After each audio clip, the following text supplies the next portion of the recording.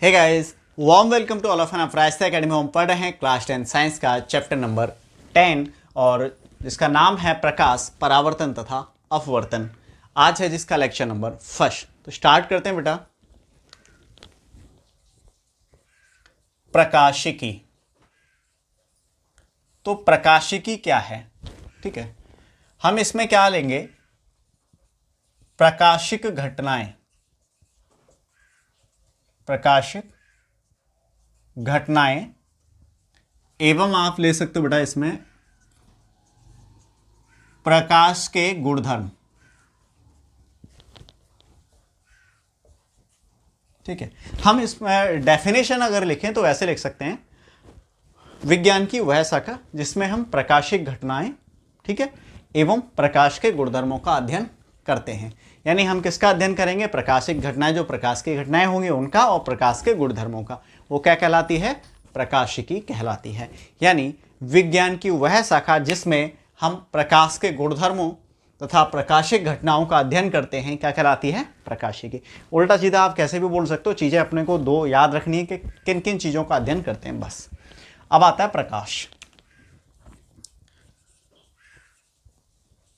प्रकाशिकी तो आपको लगा चलो डेफिनेशन टाइप होगा, बता देंगे, ठीक है, क्या है याद कर ले। अब प्रकाश की अगर बात आई तो प्रकाश क्या होता है? बल्ब जल रहा है, वो प्रकाश है क्या भाई? हाँ, बताओ, सोचो भाई। देखो, मैं आपको देख रहा हूं और तुम मुझे देख रहे हो, ठीक है, समझ आ रहा है ना? और तुम क्या देख रहे हो? बाकी चीजें भी देख रहे हो जो आसपास की दिख रही हैं। वो सब किसकी वजह से दिख रही हैं? वो प्रकाश की वजह से दिख रही हैं। किसकी वजह से? प्रकाश। अभी क्या है ना, बल्ब बंद हो जाए क्या होगा? हम देखेगा कुछ, अंधेरा हो जाए पूरा, कुछ दिखाई देता है? नहीं देता ना। तो जो भी अपने को संसार में बेटा दिख रहा है वो किसकी वजह से दिख रहा है? प्रकाश की वजह से दिख रहा है। क्लियर? तो प्रकाश क्या है बेटा? प्रकाश एक प्रकार की ऊर्जा है जिसकी मदद से हमें वस्तुएं दिखाई देती हैं। क्लियर? प्रकाश क्या है? एक प्रकार की ऊर्जा है जिसकी मदद कह लो या फिर जिसकी सहायता से अपने को क्या दिखाई देता है? ये खूबसूरत रंग बिरंगा संसार अपने को दिखाई दे रहा है। मतलब जो भी मैं आपको दिखाई दे रहा हूं, बोर्ड मार्कर, ये सब कुछ जो भी दिखाई दे रहा है आपको बेटा, किसकी वजह से? प्रकाश की वजह से। अगर प्रकाश नहीं होगा तो आपको दिखाई नहीं देगा। क्लियर है ना? ठीक, तो आपका प्रकाश हो गया। अब मैं यहां पे प्रकाश की कुछ और चीजों की बात करूंगा। प्रकाश आपका कंप्लीट है, ठीक है। प्रकाश क्या है? एक प्रकार की ऊर्जा है जिसकी मदद से हमें क्या है? वस्तुएं दिखाई देती हैं। वस्तुएं दिखाई देती हैं, आप ऐसा लिख सकते हो, ठीक है।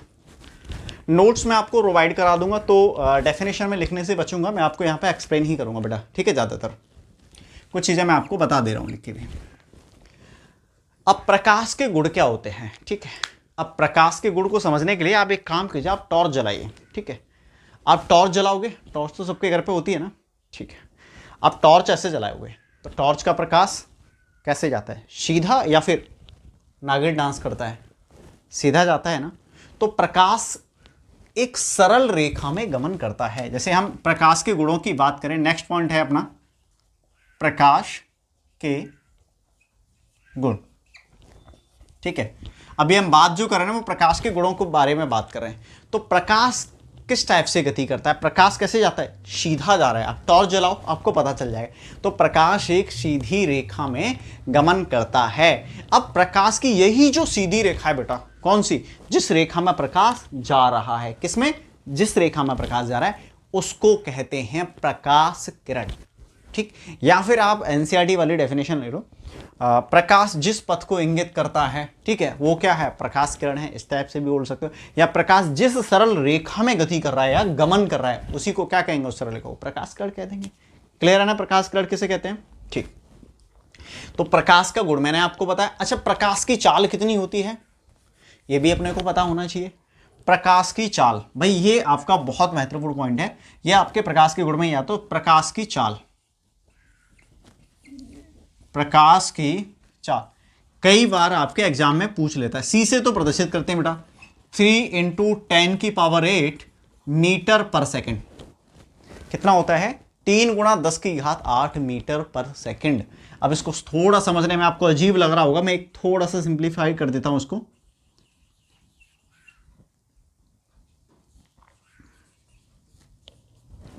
अब देखो 3 10⁸ है तो 5 जीरो तो मैंने यहां लिख लिए, और क्या किया, 3 को 10⁻3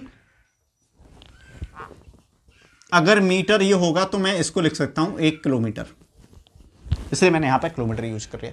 अब यहां पे देख रहे हो सैकड़ा, हजार और ये 3 लाख, यानी प्रकाश जो है वो कितनी स्पीड से जा रहा है? 1 सेकंड में बेटा 3 लाख किलोमीटर जा रहा है। समझ आया कुछ? 1 सेकंड में कितनी दूरी तय कर रहा है? 3 लाख किलोमीटर दूरी तय करता है। ये अपने को याद रखना है, ज्यादातर वैल्यू आपको ये याद रखनी है, एग्जाम में यही पूछी जाती है, ठीक है। तो C बराबर क्या होता है? प्रकाश की चाल 3 × 10⁸ मीटर पर सेकंड होती है। क्लियर है ना? ओके। दूसरा आपको ये भी याद रखना है, एक ही चीज है बस। अब इतनी स्पीड से प्रकाश जाता है तो सूर्य से पृथ्वी तक आने में कितना टाइम लगता है भैया? ये भी अपने को पता होना चाहिए ना।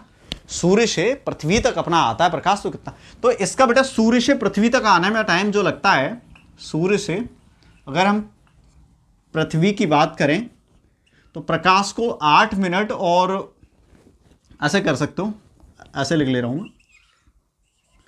8 मिनट 19 सेकंड के अप्रॉक्स में लगता है, लगभग में आप ऐसे ले लो, कहीं 19 आता है, कहीं थोड़ा बहुत इधर उधर रहता है। 8 मिनट आपका श्योर है, ठीक। तो इतना 8 मिनट 19 सेकंड के समथिंग लगता है, तो ये आपको याद रखना है।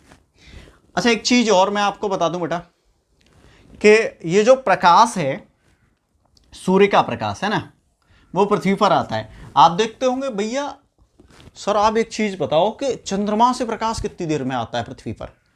चंद्रमा भी तो चमकता है ना। अच्छा, एक बात बता दूं, चंद्रमा का खुद का प्रकाश तो होता नहीं है। आप लोगों को पता है नहीं पता है? ये चीज पता है? बता दिया करो भाई कमेंट बॉक्स में कमेंट करके, सर हमें पता है, ठीक है। तो चंद्रमा का खुद का प्रकाश तो होता नहीं है ना। चंद्रमा का भाई चमकता है, अच्छी बात है, लेकिन किसके प्रकाश की वजह से चमक रहा है चंद्रमा? सूर्य के प्रकाश की वजह से चमक रहा है ना। उसको भी हम समझेंगे अभी, ठीक है। तो चंद्रमा से प्रकाश जो है पृथ्वी पर आने में कितना टाइम लेता है? तो ये बहुत कम टाइम है बेटा, 1.28 सेकंड का टाइम रहता है, ठीक है। ये आपको ध्यान रखना है, ये चंद्रमा से पृथ्वी पर आने का टाइम है, ठीक। तो 2 चीजें मैंने बता दी आपको, एक तो सूर्य से पृथ्वी पर कितनी देर में आता है, चंद्रमा से, और प्रकाश कण मैंने आपको बता ही दिया, ठीक है। अब कुछ चीजें अपन वो समझ लेते हैं, जैसे प्रकाश के आधार पर यानी कौन सी वस्तु प्रकाश उत्पन्न करती है, कौन सी नहीं करती है, उस आधार पे वस्तुएं 2 प्रकार की होती हैं। एक तो होती है बेटा प्रदीप्त और एक होती है अदीप्त वस्तु। तो प्रदीप्त वस्तु कौन सी होती है और अदीप्त वस्तु कौन सी होती है, उनको हम समझ लेते हैं, ठीक है। तो इसको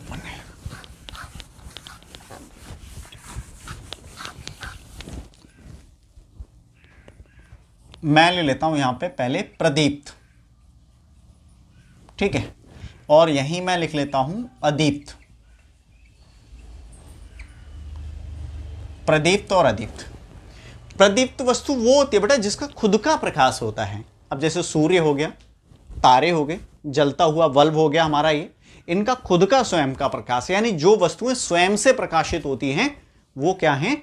प्रदीप्त हैं। जैसे जुगनू, जुगनू क्या है? देखा है ना सबने, प्राकृतिक स्रोत है उसका है, मतलब जंतुओं को देखा जाए तो जंतुओं में कौन है? जुगनू ही तो है जो चमकता है। तो आप यहां पे ले लो सूर्य, तारे और आपका जुगनू और विद्युत बल्ब,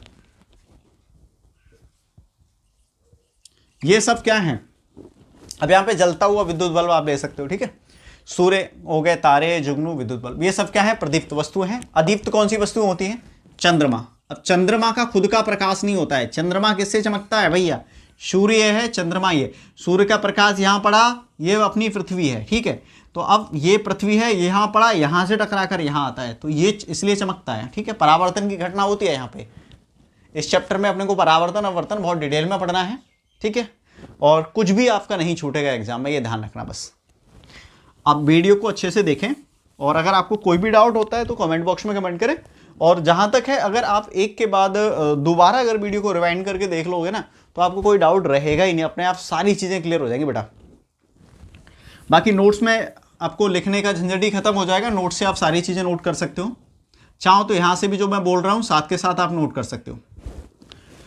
तो अदीप्त आपका चंद्रमा है, मिट्टी है, या बाकी सारी चीज़ें आपके चारों तरफ दिख रही हैं जो प्रकाश उत्पन्न नहीं करती हैं, दूसरों के प्रकाश से चमकती हैं, वो सारी चीज़ें क्या हैं? अदीप्त हैं। क्लियर बेटा?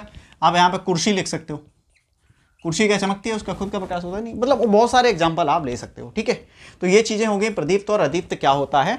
इसके बाद कुछ और चीज़ें अपन देख लेते हैं, जैसे प्रकाश गुजरता है। जैसे कुछ ऐसी वस्तुएं भी हैं बेटा, एक ऐसी वस्तु मान लो जिसमें से प्रकाश आर पार चला जाए, एक ऐसी वस्तु जिससे प्रकाश जा ही ना पाए, टकरा कर वापस लौट आए, कुछ ऐसी वस्तु जिसमें से प्रकाश जाए तो सही लेकिन हल्का सा जाए। अब देखो यहाँ से, अब अगर प्रकाश किसी में से आर पार जा सकता है तो वो वस्तु होती है पारदर्शी। तो हम उसमें क्या है, किसी और वस्तु को देख सकते हैं। ठीक है, जैसे अब मेरे पास कोई ऐसी है, जैसे पॉलीथीन में ले लूँ, ठीक है, या फिर चश्मा का जो लेंस होता है ना, वो क्या है, पारदर्शी होता है वो। ठीक, उसमें क्या है, हम आर पार देख पाते हैं ना। तो ऐसी चीज़ें जिनमें हम आर पार देख सकते हैं वो पारदर्शी। अपारदर्शी जिनके आर पार नहीं देखा, जैसे कागज, ठीक है, मोटा फट्टा वाला फट्टा ले लो आप कोई, तो उसमें आप देख पाओगे आर पार? नहीं देख पाओगे। जैसे मैं आप कहूँ बोर्ड के आर पार मैं देख लूँ, भैया नहीं देख सकता ना। ठीक है, अपारदर्शी हो गया, पारदर्शी। एक होता पारभाषी, जिसमें कह रहे हैं धुंधला धुंधला दिखे, वो क्या है अपना, मतलब ऐसा भी ना हो कि बहुत अच्छा दिखे और ऐसा भी ना हो बिल्कुल ना दिखे, ऐसी चीज़ें जिनमें आप थोड़ा थोड़ा देख सकते हो। ठीक है, तो वो किस में आ जाएंगी, पारभाषी में आ जाएंगे। तो तीन प्रकार की ये वस्तुएं होती हैं, पारदर्शी होगी एक, अपारदर्शी, पारदर्शी में आर पार देख सकते हो, पारदर्शी, पार का मतलब पारदर्शी देख सकते हो, अपारदर्शी जिसमें आप देख नहीं सकते। ठीक है, आ लग गया, विलोम हो गया। पारभाषी जिसमें आप देख तो सकते हो लेकिन उतना अच्छा नहीं जितना आप पारदर्शी में देख पा रहे थे। ठीक है, और ऐसा भी नहीं कि नहीं देख सकते, थोड़ा धुंधला धुंधला देख सकते हो। ठीक, तो ये चीज़ें आपकी क्लियर होंगी बेटा।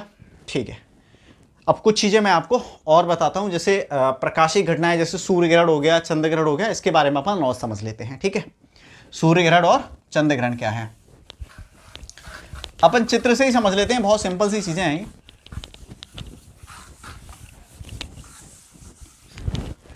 अब जैसे सूर्य है ना, सूर्य का तो खुद का प्रकाश होता है, सबको पता है। अब यहां पे आगे बेटा चंद्रमा है ना, ये सूर्य, ये मून और ये है अर्थ। एक और बना लेते हैं, ये सूर्य है, ये अर्थ है और ये मून है। अब कौन सा ग्रहण कब पड़ेगा, देखो अगर यहां पर पृथ्वी और सूर्य, पृथ्वी और सूर्य के बीच में कौन आ रहा है, चंद्रमा आ रहा है। ठीक, अब क्या होगा, देखो जो चंद्रमा है ना, कुछ प्रकाश, कुछ भाग जो है वो सूर्य का ढक लेगा। क्या लेगा, ढक लेगा। अब जब ढक लेगा तो क्या होगा, सूर्य का यहां से दिखाई नहीं देगा प्रॉपर तरीके से, तो अपने को क्या दिखेगा, यहां पे क्या हो गया है, सूर्य ग्रहण हो गया। ठीक है, चंद्रमा पे तो पूरा प्रकाश पड़ेगा ही पड़ेगा, लेकिन इस स्थिति में देखें तो सूर्य और चंद्रमा के बीच में कौन आ जा रही है, पृथ्वी। तो यहां पे चंद्रमा पे प्रकाश पड़ेगा नहीं, तो पृथ्वी से जब चंद्रमा को देखेंगे तो वो हमें उतना स्पष्ट नहीं दिखाई देगा, उसका पूर्ण भाग नहीं दिखाई देगा। तो इस कंडीशन में होता है चंद्र ग्रहण। तो आपको समझ आ गया होगा, अगर पृथ्वी और सूर्य के बीच में कौन आ जाए, चंद्रमा आ जाए, मून आ जाए, तो क्या होगा, सूर्य ग्रहण होगा। और बेटा सूर्य और चंद्रमा के बीच में कौन आ जाए, पृथ्वी, तो क्या होगा, चंद्र ग्रहण। ये अपने को याद रखना है। ठीक है, तो आज की वीडियो में अपन यहीं तक करते हैं। ठीक, उम्मीद करता हूं आपको चीजें समझ आई होंगी, और ये बेसिक पार्ट ही था इस चैप्टर का। और कोई भी डाउट हो तो आप कमेंट बॉक्स में कमेंट कर सकते हैं। मिलते हैं नेक्स्ट वीडियो में, तब तक के लिए बाय बाय।